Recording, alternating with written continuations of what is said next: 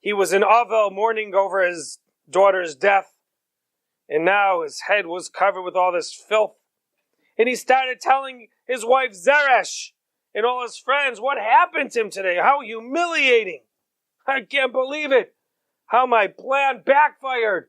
I wanted to ask Achashverosh if we could hang Mordechai, and then he tells me to honor Mordechai. So Zeresh says some heartbreaking words to her husband. She says, if Mordechai is from the family of Hananiah, Mishael, and Azariah, which I don't know if he was, because they were from Shevet Yehuda, he was from Shevet Binyamin, but she meant if he's from those people, that they didn't want to bow down to Avodah Zarah, and therefore they were spared from death. Their lives were saved as they were spared from being burned in that fire of Nebuchadnezzar. And his actions are similar to their actions. Well, then, if you already started falling in front of him, you're going to keep falling, and there'll be no hope for you to ever be saved. Wow. A wife is supposed to try to lift her husband's spirits when he's failing down, or if he's having a day of low morale, but she did the opposite. She took her husband who was failing down, and she crushed him, she stepped on him, she made him feel even worse. At that time, the guards, the messengers came and said, Haman, quick, come to the party that Esther prepared for you. Meanwhile, he's not even cleaned. He didn't even have a chance to go take a bath and clean all that filth off of him. But this was going to be the beginning of the downfall of that arch enemy of Klal Yisrael. The king Achashverosh and Haman came to Esther's second party that she prepared in their honor. And during that banquet, the king turned to Esther and he said, what is your wish? What is your request, Esther? What can I do for you? I'm willing to give you up to half of my kingdom. How generous he was to her. At that time, she says, if I find favor before you, if I find favor in the eyes of the king, and if it would be good for the king, please give me back my life and the life of my nation. Chayai b'sheilasi and ami b'vakashasi. Save me. That's my sheila. That's my wish. And save my people. Because I and my nation have been sold to be destroyed and to be murdered and killed. If we were only sold as slaves, I would be quiet. But the damage done if you destroy the Jews would be so much for your kingdom. Jews are so good for any country. And the enemy doesn't even care what happens to the king if he destroys the Jews. At first, this enemy was jealous of Vashti and had her killed. And now he's jealous of me and wants to get me killed. Till now, Achashverosh didn't chap from what nation was she. He didn't know that Esther Amalka was from the Yidden because Mordechai told her never to reveal your identity. But now he understood she's a Bas Yisrael. He also heard now that she wasn't a regular woman. She was a descendant of Shaul HaMelech. So she had royal blood. She was from the family of the first Jewish king. Until now, Achashverosh would talk to Esther through a translator. He felt it below himself to talk to a commoner directly. But now that he realized she was of royal blood, he spoke to her directly. And he said, who is this man that's plotting against you? Where is he? Now Esther wanted to point to Achashverosh and say, you are the one that wants to kill me and my people. But a malach came and moved her hand towards Haman. Because if she would have pointed to Achashverosh, that wouldn't have been good for the Shalom Bayis. He might have got angry that you're accusing me or blaming me. So she pointed to Haman and she said, Haman is the bad man, this man.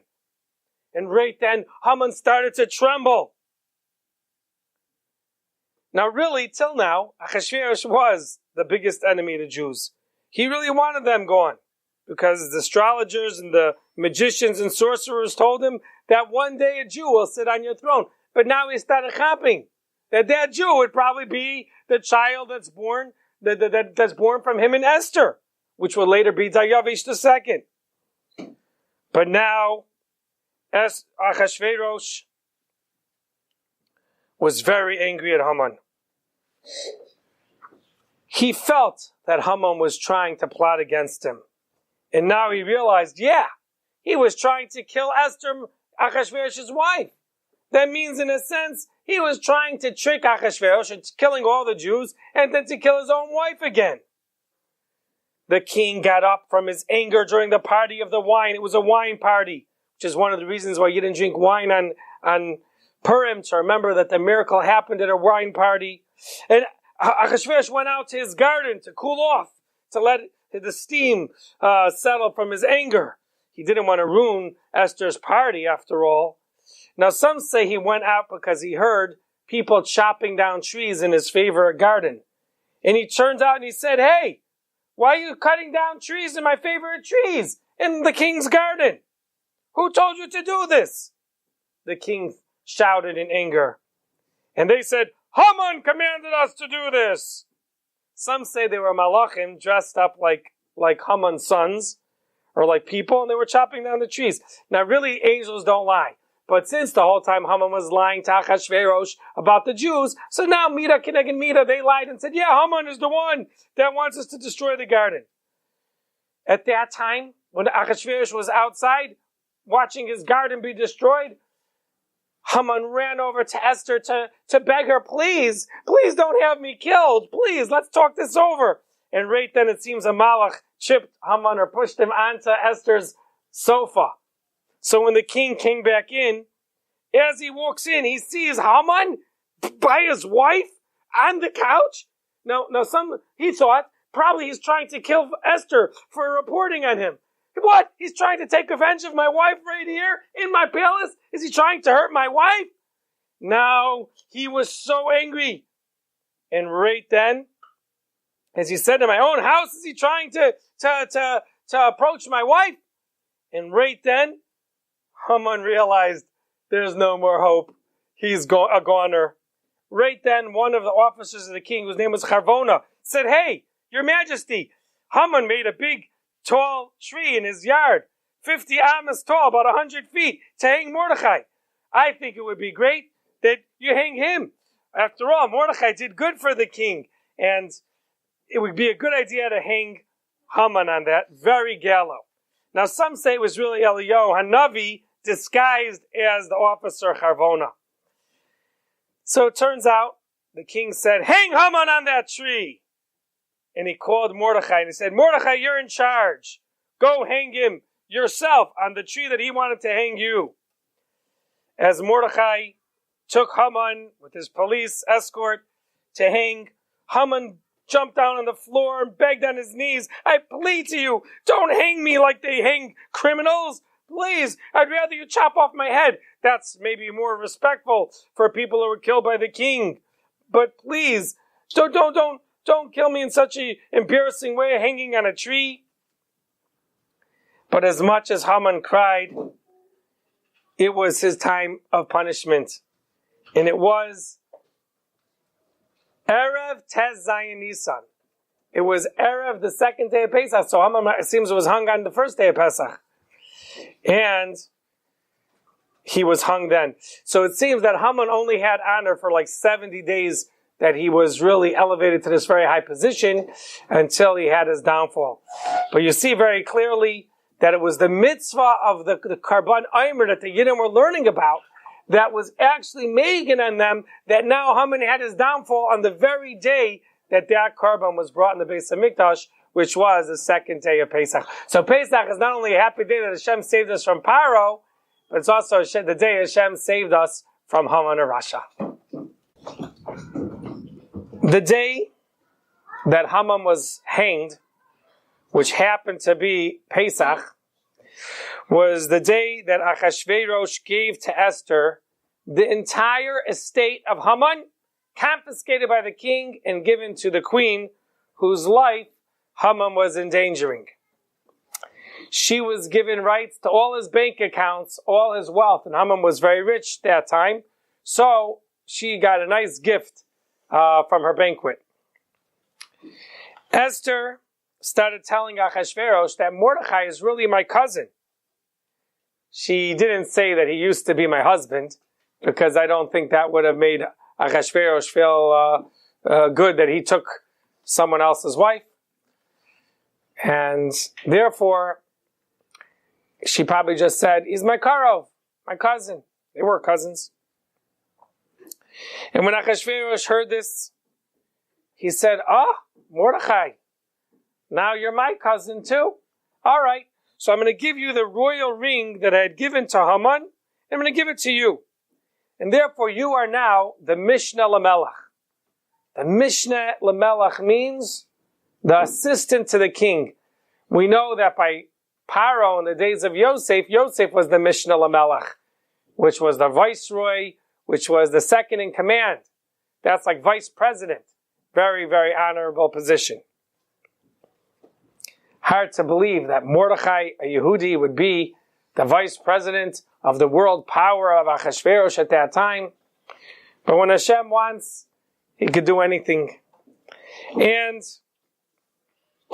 Esther gave Mordechai the authority to do whatever necessary with the house of Haman and all of his properties and monies, and he could do what he wants with it.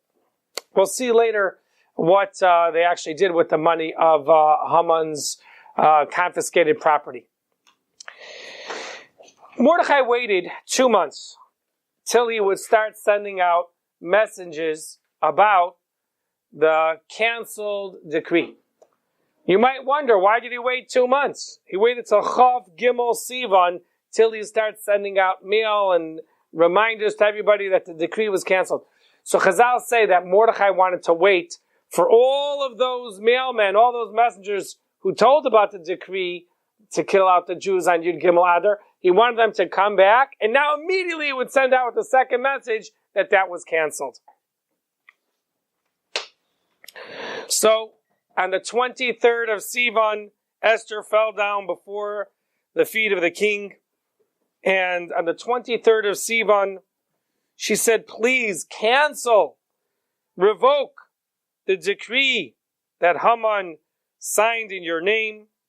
At that time, the king gave Esther his royal scepter, and she said, please, if I find favor before you, please cancel everything that he said to destroy my nation and my people. How could I see the destruction of my people? So Achashverosh answered a little chutzpah dictator.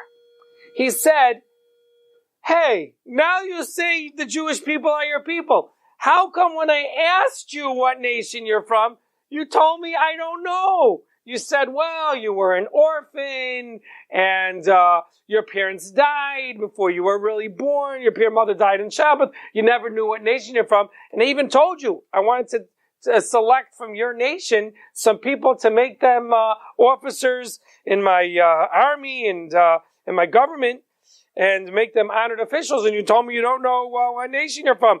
And now I even hung Haman in your honor because he tried killing your nation. But that's it. More I can't do for you. So it sounded like at first that Achashverosh wasn't going to cooperate and cancel the decree. He said, what can I do? A letter that came out from the king with the king's signature, from his signet ring, can't be canceled. How could I stop it? So this was very difficult to find out how to stop a decree that already was put into force. So it turns out, now that Mordechai had the king's signet ring, he was able to at least call the scribes of the king, and he was able to write a new document, a new proclamation that was sent out to all the Yidden in all the countries, each one in their own language, saying that the Jews can fight for their lives. And on that day, Achashverosh, the king of Persia, supports the Jews, so that therefore people can get the message that really we want to cancel the decree, but what can we do? It was already sent out. People might not hear. But you know what? Now a new letter went out